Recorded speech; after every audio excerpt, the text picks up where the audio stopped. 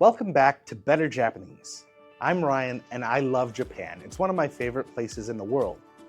This series is designed to teach you Japanese in a new method that I call the Kopf method, also known as contextual glossing. How it works is that we look at the actual meaning of the words used in language rather than only complete phrase translation. For example, an early phrase learned in Japanese is yoroshiku onegai shimasu. The individual words themselves mean favorable regard and request humbly do. Translated to nice to meet you, please treat me well. Today, I want to teach you some of your first vocabulary in the Japanese language, and that will be the words kore, sore, and are, which means this, that, and that over there. These are pretty useful anywhere you go. Imagine you're at a restaurant in Japan and you want to order something from the menu. You can simply point to it and say, "Kore onegai shimasu." This, please. There's one word for this, kore, but two words for that. In English, we don't really separate the two separate forms of that, but you can usually understand the person's meaning from context. For example, if you're drinking something from a mug, your friend could ask in a casual conversation, "What's that?" to ask, "What's that in your hand close to you?" Now later, you and your friend are walking down the street and you see something you've never seen before a couple blocks away. You can point and say, "What's that?" to mean "What's that over there?" In Japanese, these two words are different words. The word for the item close to you, the listener, the mug your friend is holding, is sore, the thing near you. Re is that thing over there. So are would be that thing you pointed to on the street that neither of you are near. What's interesting about learning these three words is that there's a pattern you can learn to instantly unlock 16 more words. Kore, sore, and are means this, that, and that over there. Koko, Soko, and asoko are three new words which refer to locations, as in this location, that location, and that location over there. So let's talk more about these three new words, Koko, Soko, and asoko. We can extrapolate the meaning of ko in kore to understand that it refers to a position near you, the speaker, the person saying the words. Koko, Soko, and asoko means here, there, and over there. It will take a while to remember these and not accidentally interchange them, but honestly, don't worry too much about it. Imagine you point to a menu and you say, "Koko onegai shimasu," here please, instead of saying "Kore onegai shimasu," this please. It doesn't matter that you said here instead of this, because the meaning will be pretty obvious, especially in context, and especially if you use the right first part of the word. Too many language teachers and language learners are afraid of messing up, but I say the wrong word in English all the time, and it's the language I'm supposed to be really good at. Here are 4 more words sharing those similar roots. Kochira, sochira, achira, dochira. This way, that way over there. Which way? Notice how I just added a 4th beginning, do. I hope that you're wondering if you can go back and use do in the earlier 2 examples. And if you are, the answer is yes, of course. Kore, sore, are, dore. This, that over there. Which? Dore, which. Similar to Koko, Soko, asoko, and doko. Here, there, over there, and where. Now the prefix do isn't really a prefix, but it is an interrogative root. Think about it in English. Who, what, when, where, why, and how. There's a lot of W's there. Where, which way, which one, what kind, how. You notice that they all start with that do sound. Now, obviously, not every word that starts with do is a question. Dobutsu means animal, for example. Just like in English, not every word that starts with hwa is a question. Whip, whirlwind, whimsical. And for more context, here's the full who, what, when, where, why, and how, which is actually dare, nani, itsu, doko, doshite, or naze, and do. We're getting a little off track here, but let me remind you again, you don't need to memorize what I'm teaching you. just get the general idea.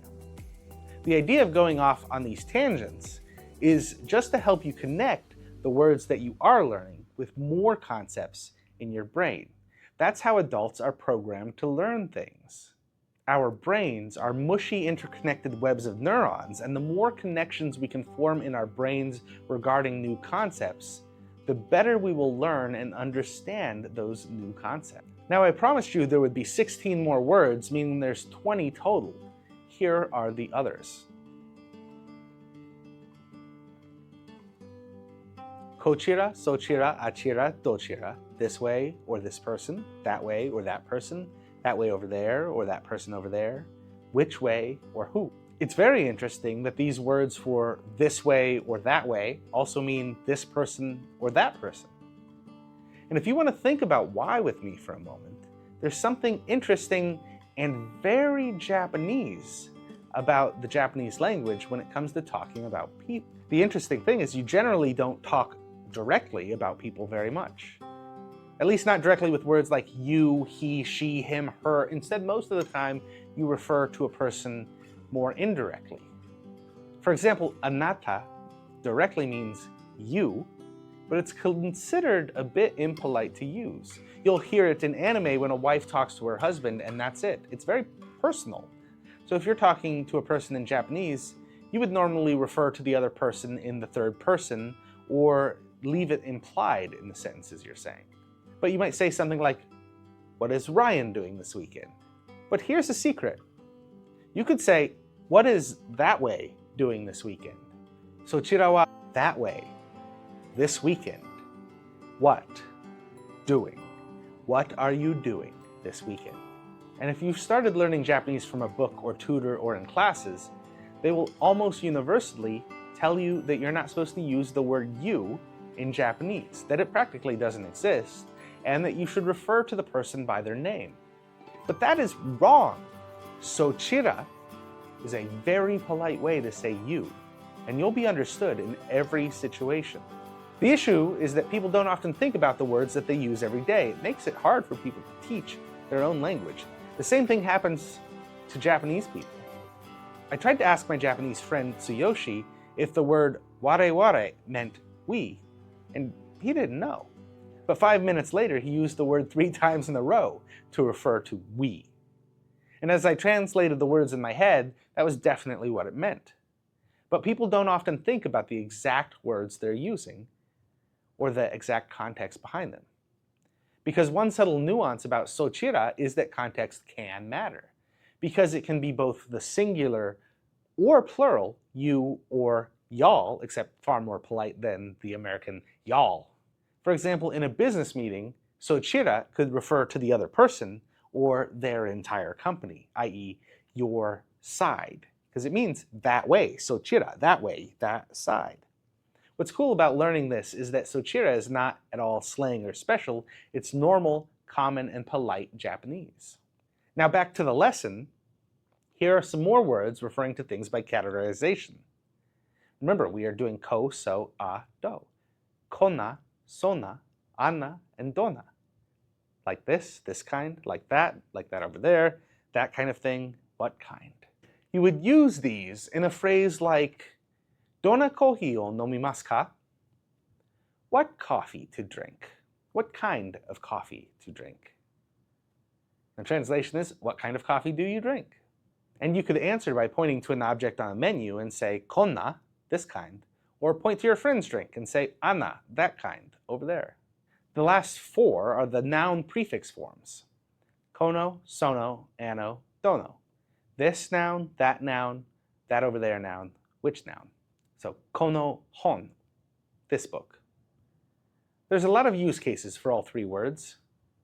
Kono han wa ikura desu ka? This book, how much is? Translation, how much is this book? Soko wa doko desu ka?